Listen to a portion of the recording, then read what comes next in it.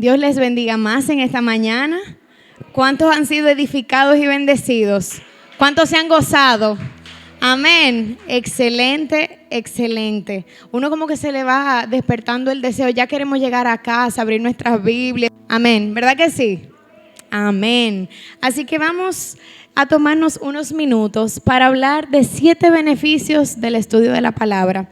Cuando Victoria me llamó y me dijo, mira, yo quisiera que tú compartas unas breves palabras puntuales sobre beneficios de leer la Biblia. Y yo dije, bueno, qué mejor que compartir los 7 beneficios que la misma Biblia nos indica que ella nos brinda. Amén.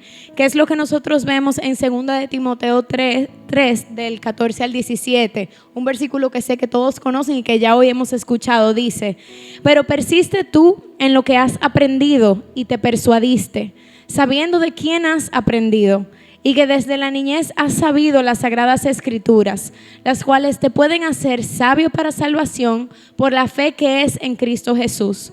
Toda la escritura es inspirada por Dios y útil para enseñar, para redarguir, para corregir, para instruir en justicia, a fin de que el hombre de Dios sea perfecto, enteramente preparado para toda buena obra. Si vemos, 2 de Timoteo nos manda a persistir en lo que nosotros hemos aprendido de la palabra. Y le decía Pablo a Timoteo, pero sabiendo de quién has aprendido, que yo puedo recalcar en esta mañana que nosotros sabemos muy bien de quién hemos aprendido, ¿verdad? Vamos a darle un aplauso a nuestra pastora Luchi, que amamos y bendecimos, porque de verdad que es una mujer de Dios. Yo la bendigo, la honro, soy su nuera, para quienes no lo saben, y yo creo que cuando una persona cercana a otra puede hablar de esa manera a una persona porque es genuino. Amén. Es una mujer de Dios que es la misma aquí y en su casa y que nos ha enseñado a amar a Dios y a obedecerlo de una manera íntegra y pura. Amén. Así que vamos a seguir con el punto 1. La palabra nos hace sabios para salvación. Dice, en primer lugar se señala la utilidad de las escrituras en relación con la salvación, que nos hacen sabios para ellas. Se destaca de este modo el poder permanente de la palabra para conducir al pecador a la fuente de vida eterna. Amén. Ese es el propósito principal de la Biblia, conducirnos a nosotros a Dios, hacer que nosotros retornemos de ese camino de pecado y ver a Dios. Tenemos que tener cuidado porque muchas veces, y creo que todos hemos pecado en algún momento de abrir la Biblia y leerla de una manera mecánica, sin discernimiento, como tú decías, Karina, hace un rato. Porque eso puede suceder, nosotros abrirla, leerla de una manera técnica. Hay personas que leen la Biblia simplemente porque le llama la atención, que hay libros que son ricos en figuras literarias, en prosa, y lo leen de esa manera, de una forma intelectual, pero no con el corazón realmente para recibir de Dios. Y eso y nada, como decía el pastor Nobel, es lo mismo, es perder el tiempo. Tenemos que leer la Biblia para hacernos sabios para salvación, que es el fin principal de la palabra. Número 2, la palabra nos enseña. Y ella debe de ser siempre el contenido de la enseñanza, de todo lo que nosotros hablamos, de todo lo que nosotros hacemos aquí en la iglesia. La razón es que solo en ella encontraremos la verdad revelada de Dios y por lo tanto es la única autoridad válida para asuntos doctrinales. La Biblia nos libera de todo mito, de toda mentira. Amén. Solamente ella nos enseña quién es Dios, cuál es su plan de salvación para nuestra vida. Realmente, ¿qué es el cristianismo? Sobre todo hoy en día, que hay una necesidad imperante de nosotros conocer realmente la palabra revelada pura y verdadera, cuando el engaño, la mentira y tantas verdades tergiversadas hoy en día son lo que abundan en diferentes iglesias. Nosotros mantenernos en esa verdad bíblica. Número 3, la palabra nos redarguye. Yo puse me para que sirva, para que nosotros, ¿verdad? Como que nos pongamos el sombrero y sea más personal. Yo tenía en primer lugar el documento, nos redarguye, nos enseña. Yo dije, bueno, mejor lo voy a poner me, porque realmente se aplica para mí. Redarguir, esta palabra significa literalmente reprochar, reprender. Cuando nosotros leemos la palabra es como si nosotros nos viéramos en un espejo. Nosotros vamos leyendo y y ella misma nos va mostrando nuestra condición de pecado, nuestras faltas, nos permite ver a Dios y ella misma nos convence de pecado para nosotros volvernos a Dios y transformarnos. Al enseñarnos ella la palabra de Dios, sale a la luz todo lo que es falso, todo lo que es inmoral, todo lo que es incorrecto, y ella misma nos convence de pecado para nosotros cambiar nuestra forma de ser, nuestra forma de pensar y nuestra forma de actuar. Solo ella puede penetrar hasta lo más profundo de nuestra mente, de nuestro corazón y nuestra alma. Número 4, nos corrige. Las escrituras son como la plomada divina que sirve para verificar todo pensamiento, motivación o acción, mostrando aquello que no es correcto. Es lo que decíamos ahora. Es como cuando nosotros nos vemos a nosotros mismos y ella misma nos dice, no hagas esto. Pero ahorita decía que no es un libro lleno de cosas prohibidas, como mucha gente que piensa, no, la Biblia es como un libro de no esto, no lo otro. No, porque realmente cuando nosotros conocemos a Dios y a Jesús y tenemos una relación con Él, nosotros podemos vivir el evangelio de la libertad, que es una libertad, no libertinaje, guiada por el Espíritu. Entonces la Biblia no solamente nos indica que a Dios no le agrada, pero también nos indica qué sí hacer que a Dios le agrada. Por ejemplo, las escrituras reprenden a los ladrones. Dice, el que hurtaba, no hurte más. Pero también le enseñan al ladrón lo que debe de hacer. Y dice otro versículo, sino que trabaje haciendo con sus manos lo que es bueno, para que tenga con qué compartir con el que padece necesidad. Amén, ¿estamos claros hasta ahí? O sea que la Biblia no solamente nos corrige, sino que nos indica qué camino nosotros debemos de tomar. Número 5, me instruye en justicia. Nosotros, a los ojos de Dios, Dios quiere que nosotros seamos como niños, y un niño tiene que ser instruido en un camino, tiene que ser llevado, ¿verdad?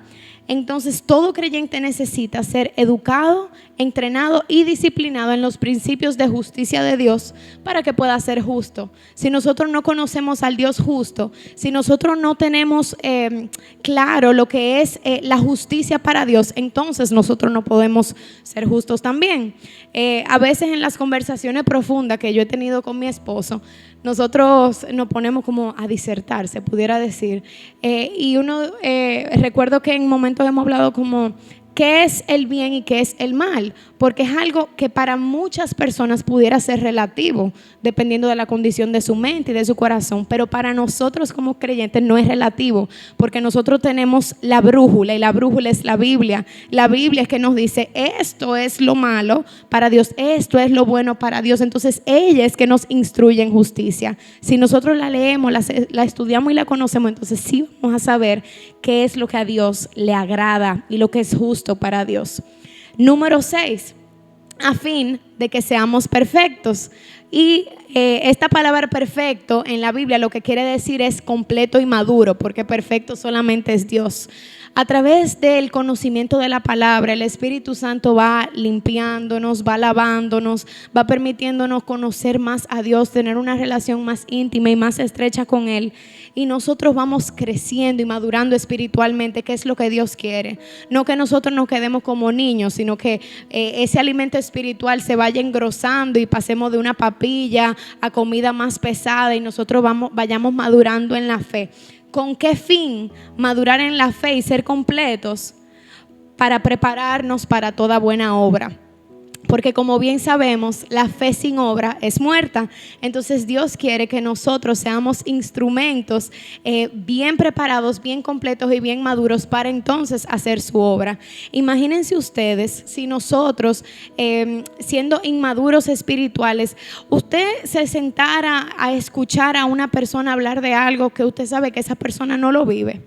Yo estoy segura que no, porque yo no lo hiciera. Si la persona está siendo incongruente con sus palabras y sus acciones, eso al ser humano en general le da como un cortocircuito y uno dice, este está hablando disparate. Cuando uno sabe realmente cómo es el proceder de esa persona, entonces Todas estas enseñanzas que Dios nos da sobre para qué es importante la palabra, no es solamente para los pastores, para los líderes, es para cada cristiano, si usted se considera creyente, levante la mano. Yo me considero creyente, cristiana, porque creo en Cristo. Entonces todo esto Dios lo manda para las personas que creemos en Él, que nosotros debemos de ser maduros en la fe, completos en Él y preparados para toda buena obra, llenos de frutos del Espíritu, que son amor, gozo, paz, paciencia, benignidad, bondad, fe, mansedumbre, templanza, y llenos de esos frutos, entonces nosotros también poder hacer lo bueno y la obra de Dios aquí en la tierra. Entonces, para finalizar, los dejo con algunos pensamientos que son versículos clave de la Biblia que engloban la importancia de la palabra. Esta me encanta, de Hebreos 4:12, dice: porque la palabra de Dios es viva y eficaz, es una letra viva, no está muerta, y más cortante que toda espada de dos filos, y penetra hasta partir el alma y el espíritu, las coyunturas y los tuétanos, y discierne los pensamientos y las intenciones del corazón. Yo no sé si le ha pasado que en algún momento usted lee la Biblia, lee un versículo, y usted siente que eso bajó como un rema del cielo y como que Dios le habló en vivo, pero sin embargo se encuentra tiempo después con ese versículo y como que Dios les revela cosas nuevas, ¿verdad? ¿Le ha pasado? A mí me ha pasado, porque la palabra de Dios es viva, es eficaz, puede cambiar, transformar las vidas, los corazones, los pensamientos. Amén. Está luego Santiago 1:22, muy práctico este versículo, dice: no se contenten solo con escuchar la palabra, pues así se engañan ustedes mismos. Llévenla a la práctica. A mí me encanta que la misma palabra habla de la palabra. Amén. O sea que no solamente Dios nos instruye a través de su palabra, pero como Dios no se le queda nada, la misma palabra nos dice: no se engañen solamente escuchándola, sino que enfóquense en llevarla a la práctica día a día. Lucas 11:28 dice: dichosos más bien, contestó Jesús, los que oyen la palabra de Dios y la obedecen. Nosotros somos dichosos porque nosotros hemos tenido el privilegio de conocer a Dios, de conocer su palabra, pero seremos dichosos verdaderamente cuando nosotros caminamos sobre ella, cuando nosotros la amamos y la obedecemos. Como decía la canción ahorita: si me amas, guarda mi palabra. Cuando le estábamos cantando, yo meditaba en ese versículo y decía: wow, como muchas personas a veces en desconocimiento del evangelio creen que tienen una relación con Dios y a veces catalogan a personas de fanáticos simplemente porque como que amamos a Dios un poquito más y queremos estar más cerca de Él, cuando la misma palabra nos indica que los que verdaderamente aman a Dios cumplen su palabra. Esto no es cuestión de Victoria, de bla bla bla, ¿verdad? Esto es de hechos. Esto es hecho de realmente nosotros vivir lo que nosotros leemos y conocemos de Dios. Y para cerrar, Isaías 48, un versículo que me encanta, dice: la hierba se seca y la flor se marchita, pero la palabra de nuestro Dios permanece para siempre. ¿Cuántos lo creen? Dios es fiel, Dios es verdadero, Dios es justo, y así es su palabra, que es verdadera. No hay palabra que salga de la boca de Dios que caiga por tierra sin cumplir el propósito por el cual Él la ha enviado. Así que este sea un día para nosotros reflexionar de lo bella que es la palabra de Dios para nosotros, nuestras vidas, y que nosotros nos aferremos, nos apeguemos a ella y seamos verdaderos estudiosos y hacedores de la palabra. Amén. Que el Señor les bendiga.